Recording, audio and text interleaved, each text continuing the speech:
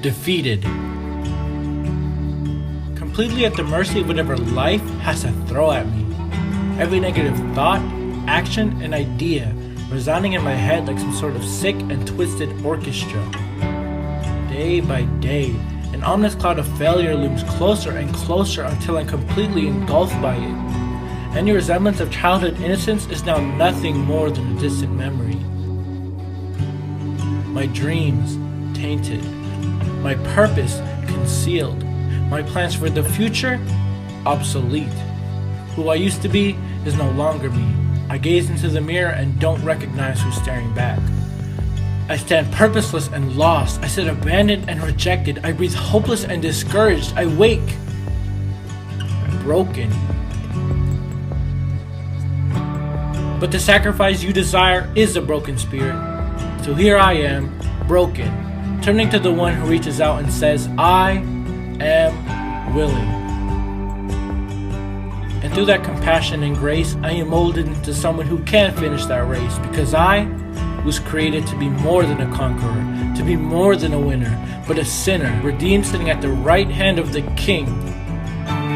Every day is a battle.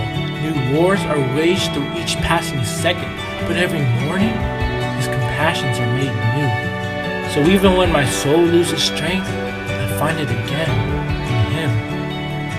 You see, defeat isn't an end, it's a bridge to restoration, a bridge to redemption, a bridge to Him, my victory. It is not the death of a tree, not the falling of the leaves, but the roots which you store in the soil so a vine can grow and grow and grow. Our faith was made for off-road use, a path not often taken, but this valley of shadows that we're in leads to a promised land of abundance overflowing, so that we are not easily shaken, because of the one who has promised that with the mighty shoes of peace we place our position, stand ground, and let Jesus fight the mission.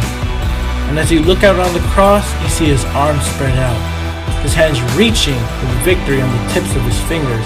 You see, the cross wasn't flat, it was three-dimensional, so we can say our trials don't end in defeat because they're three-dimensional.